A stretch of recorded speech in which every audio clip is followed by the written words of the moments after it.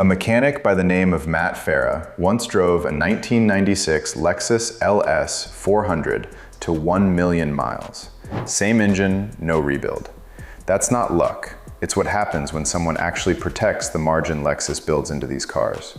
Today, I'm breaking down exactly how to do that. The 7 habits that get a Lexus past 30 years without a major repair. Before we get into what you need to do, it helps to understand why Lexus gives you more room for error than most other brands. Lexus vehicles are built on Toyota-engineered drivetrains that were designed with conservative tolerances from the start. Engines like the 1UZ-FEV8 in the original LS400, and later the 2GR-FEV6 used across the ES, RX, and GS lineups, were built to handle far more stress than daily driving actually puts on them. That's why engines with 300,000 plus miles on the original internals aren't considered rare inside the Lexus community. They're considered normal, as long as the car was looked after. That foundation is real. But it's also the reason so many Lexus owners get overconfident and skip the maintenance that keeps it intact. Here's what actually needs to happen. Number 1, respect the timing belt, even if you think your engine doesn't need it. This is where a lot of owners get tripped up. Not every Lexus engine uses the same timing setup, and mixing them up can be catastrophic. The original LS400's 1UZ-FEV8 uses a timing belt, not a chain, and it's an interference engine, meaning if that belt fails, the pistons and valves collide and the engine is done. Toyota and independent mechanics both recommend replacing that belt around every 90,000 miles, regardless of how it looks, because by the time it shows visible wear, you're already past the safe window. Newer Lexus engines, including the 2GR-FEV6, move to timing chains, which are generally designed to last the life of the engine. But designed to last isn't the same as immune to wear. Chain guides and tensioners still degrade over time, and ignoring a rattling or ticking noise on a chain-driven engine is exactly how a $200 problem turns into a $5,000 one. The point isn't that one system is better than the other. It's that you need to know which one your specific Lexus has and respect its actual service interval instead of assuming chain automatically means forget about it. Once that's sorted, the next thing to get right is what's actually flowing through the engine and transmission, not just when the timing components get swapped. Number 2, change fluids on a real-world schedule, not just the number on the sticker. Full synthetic oil can technically stretch to 10,000 miles between changes on paper, but that number assumes highway miles and full engine warm-up on most drives. If your daily routine is short errands and stop-and-go traffic, the oil is breaking down faster than the sticker suggests, even though nothing on the dashboard is telling you that. Transmission fluid is where a lot of owners get misled. Older Toyota and Lexus literature describes some automatic transmission fluid as filled for life, which led an entire generation of owners to never touch it. In practice, mechanics who specialize in these cars consistently recommend a transmission fluid service somewhere in the 60,000 to 100,000 mile range, because lifetime fluid still oxidizes and loses its ability to protect internal components exactly like any other fluid does. And there's a cheap tell here. Lifetime tends to mean the lifetime of the warranty, not the lifetime of the car. Coolant and brake fluid both degrade on a calendar, not just an odometer. A Lexus that sits in a garage for 6 months a year still needs those fluids inspected, because time causes just as much damage as mileage does. Fluids protect the parts inside the engine, but there's one part outside the block that fails on almost every Lexus eventually, and it's worth catching before it takes anything else down with it. Before we compare Lexus's traditional automatic, we've got something that many owners find useful.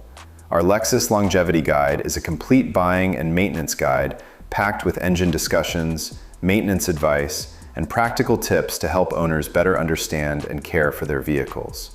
If you'd like to check it out, you'll find it linked in the description below. Number 3, don't wait for a failure to replace the water pump. Across most Lexus V6 and V8 engines, the water pump tends to fail somewhere between 100,000 and 120,000 miles. It's one of the most consistent failure points across the entire lineup. On engines where the water pump is driven by the timing belt or chain, replacing it proactively during a timing service is dramatically cheaper than waiting for it to fail and take other components down with it. This is a small, unglamorous repair. It's also one of the most common reasons an otherwise perfect Lexus engine ends up with expensive collateral damage. Number 4, use genuine parts on anything connected to long-term reliability. Genuine OEM components matter more with Lexus than with a lot of other brands, specifically for parts like water pumps, belts, and fuel filters. These are manufactured to tighter tolerances than most aftermarket equivalents, and the price difference is small compared to the cost of a failure caused by a part that wasn't built to the same spec. This doesn't mean every single part on the car needs to be genuine.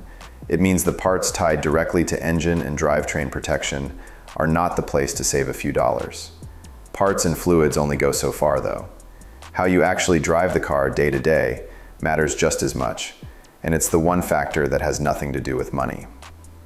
Number 5, mix in real highway driving on purpose. Short trips are quietly one of the hardest things you can do to a car built for the long haul. An engine that never fully reaches operating temperature doesn't burn off condensation and fuel residue properly, which means contaminants build up in the oil faster than the mileage on the odometer implies.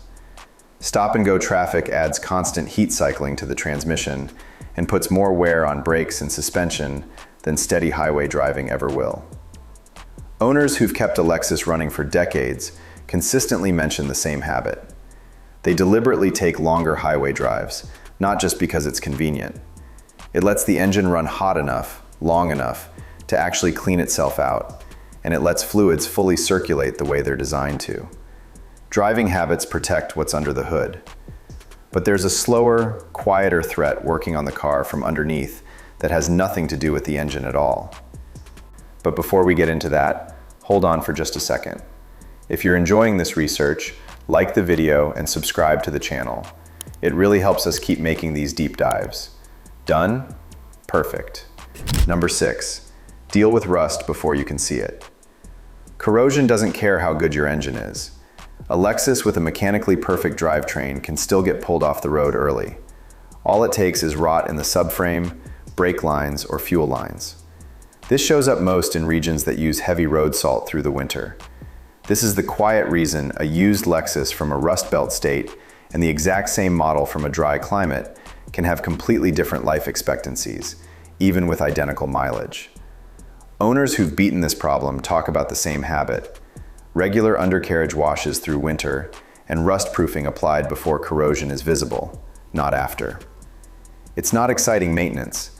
It's also one of the biggest hidden factors in whether a mechanically sound car actually survives 30 years. Everything so far comes down to one final habit that ties the whole list together, and it's less about any single repair than about timing. Number 7, fix the small stuff immediately and keep records.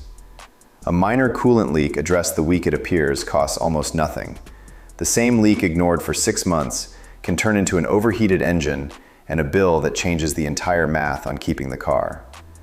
Owners who reach the 30-year mark keep detailed service records, not primarily for resale value, but because it forces them to track exactly when something is due instead of guessing.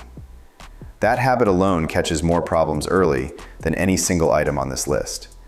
Every mechanic who specializes in these cars will tell you the same thing. The owners who get to 30 years aren't spending less money on their Lexus over its lifetime. They're spending it earlier, in smaller amounts, before problems get the chance to compound into something expensive. Not every Lexus has the same track record, and the data here is fairly consistent across owner reports and independent reliability rankings. The ES350, built on Toyota's proven V6 platform, is frequently cited as one of the easiest Lexus models to push past 300,000 miles, with the water pump being close to the only recurring failure point on the whole car. The GX and LX share their platforms with the Land Cruiser, and it shows. Owner reports of 400,000 plus miles aren't unusual for these two, particularly when the vehicle spent most of its life on the highway. The IS sedan tends to land a step behind the ES, mostly because it's driven harder and carries a more complex suspension setup, though 200,000 plus miles is still considered the norm rather than the exception. None of these models are magic. They're built on drivetrains with decades of proven durability behind them, which just gives their owners a much wider margin for error than most other luxury brands offer. That reliability gap gets even wider once you bring hybrids into the picture, and it's worth clearing up a myth around them before we move on. If your eye is on a hybrid Lexus, like an RX400H, RX450H, or GS450H, the battery pack is usually the first thing people worry about, and it's usually the least of your problems. Hybrid battery replacement is genuinely rare, even on some of the oldest RX hybrids on the road. It's not unusual to find these packs still performing normally well past 200,000 miles, and some dealers now estimate a realistic lifespan closer to 150,000 to 200,000 plus miles under normal use before a replacement is even a consideration. When something does go wrong, it's often isolated to a single weak module rather than the entire pack, which keeps repair costs far lower than replacing the whole battery outright. The bigger point here is that Lexus hybrid systems were engineered with the same conservative, long life philosophy as the rest of the lineup. The battery isn't the ticking time bomb a lot of buyers assume it is. So can a Lexus really go 30 years without a major repair? Matt Farah's million-mile LS400 proves the ceiling is a lot higher than most people assume. It takes an owner who respects the timing service, whether it's a belt or a chain. Before we compare Lexus's traditional automatic, we've got something that many owners find useful. Our Lexus Longevity Guide is a complete buying and maintenance guide packed with engine discussions, maintenance advice, and practical tips to help owners better understand and care for their vehicles. If you'd like to check it out, you'll find it linked in the description below. Also, if you enjoyed the video and found it helpful, don't forget to subscribe for more videos breaking down what actually keeps a car alive for decades instead of years, and share it with someone who's shopping for or owns a Lexus. Thanks for watching, and see you in the next one.